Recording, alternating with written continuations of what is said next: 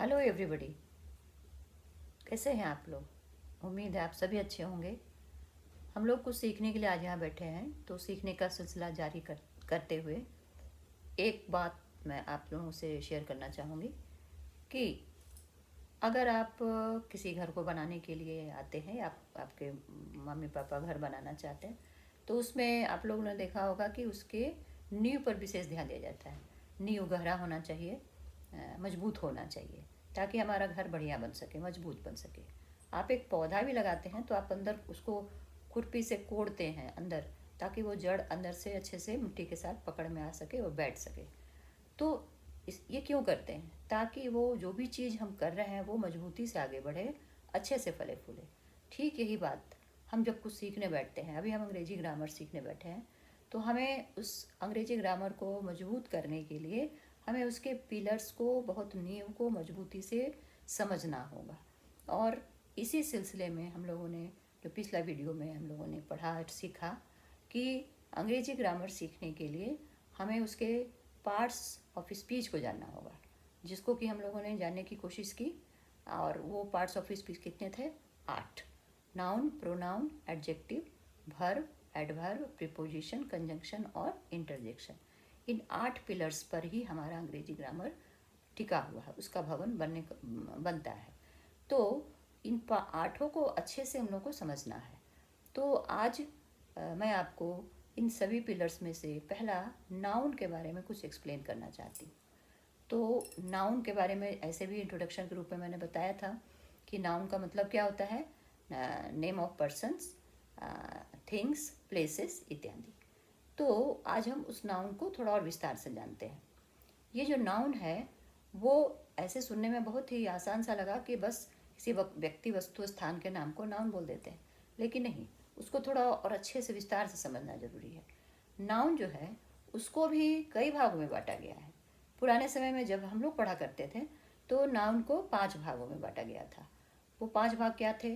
वो 5 भाग थे: common noun, proper noun, collective noun, material noun और एब्स्ट्रैक्ट नाउन। आज के मॉडर्न ग्रामर में उसी 5 को 3 भाग में बांट दिया गया है। सबसे पहला स्थान रखा गया प्रॉपर नाउन का, वो अपना अकेले उसको रखा गया है। उसके बाद बच गए कौन? 4। तो 4 में कॉमन नाउन और कलेक्टिव नाउन को एक अलग श्रेणी दी गई है, जिसका नाम रखा गया काउंटेबल नाउन। और उसी तरह आगे बढ़ जाइए नीचे, उसमें मटेरियल नाउन और एब्स्ट्रैक्ट नाउन को एक अलग श्रेणी में रखा गया, अलग कैटेगरी में रखा गया, जिसको कहा गया अनकाउंटेबल नाउन। तो इस तरह से मॉडर्न ग्रामर में नाउन को 3 भाग में बांट दिया गया। पहला प्रॉपर नाउन, दूसरा काउंटेबल नाउन और तीसरा अनकाउंटेबल नाउन। तो प्रॉपर नाउन तो अकेले है ही, और काउंटेबल नाउन में 2 आ गए। वो कौन कौन आ गए? वो एक आ गए कॉमन नाउन और आ गए कलेक्टिव नाउन, समूहवाचक संज्ञा। और अनकाउंटेबल नाउन में आ गए मटेरियल नाउन, द्रव्यवाचक संज्ञा, और एब्स्ट्रैक्ट नाउन, भाववाचक संज्ञा। तो इस तरह से 5 भागों को 3 भाग में बांटकर मॉडर्न ग्रामर में उसको सिखाने का प्रयास किया गया। यानी प्रेजेंटेशन में थोड़ा सा बदलाव लाया गया, बाकी बातें वही हैं। अभी हम लोग एक एक करके जल्दी से ये जानने की कोशिश करेंगे कि ये है क्या। प्रॉपर नाउन का मतलब क्या होता है? जैसे हम लोग किसी व्यक्ति का नाम भी बोलते हैं, जैसे हम लोग बोलते हैं लड़का, बॉय, या गर्ल, या एनिमल। तो एनिमल बोल रहे हो तो सभी तरह के एनिमल उसमें आएंगे। बॉय बोल रहे हो तो हर बच्चे, हर लड़के आ जाएंगे। गर्ल बोलते हैं तो हर लड़कियां उसमें आ जाती हैं।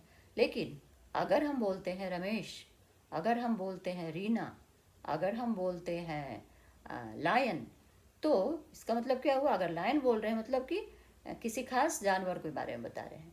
तो जब किसी खास व्यक्ति, वस्तु, स्थान का नाम लिया जाए उसको कहेंगे प्रॉपर नाउन। ये कॉमन नहीं हुआ, ये प्रॉपर नाउन हो गया। तो प्रॉपर नाउन को एक अलग स्थान पे रखा गया, जिसमें किसी खास व्यक्ति, वस्तु या खास स्थान का नाम लिया जा रहा हो, वो होता है प्रॉपर नाउन। उसके बाद होता है काउंटेबल नाउन, जिसमें 2 रखेंगे, जिसमें कलेक्टिव, समूहवाचक, और कॉमन नाउन। कॉमन नाउन में बॉय, गर्ल जो भी है, वो जिसको हम लोग गिन सकते हैं, छू सकते हैं, उसको रखा जाता है काउंटेबल नाउन में। और अनकाउंटेबल नाउन में फिर कौन आ रहे हैं? मटेरियल नाउन और एब्स्ट्रैक्ट नाउन, जिसको हम लोग छू छू नहीं सकते, उसको हम लोग महसूस कर सकते हैं। तो इस तरह से नाउन को 5 भागों में बांटा गया। और उस 5 को आज के समय में 3 भाग में बांट दिया गया।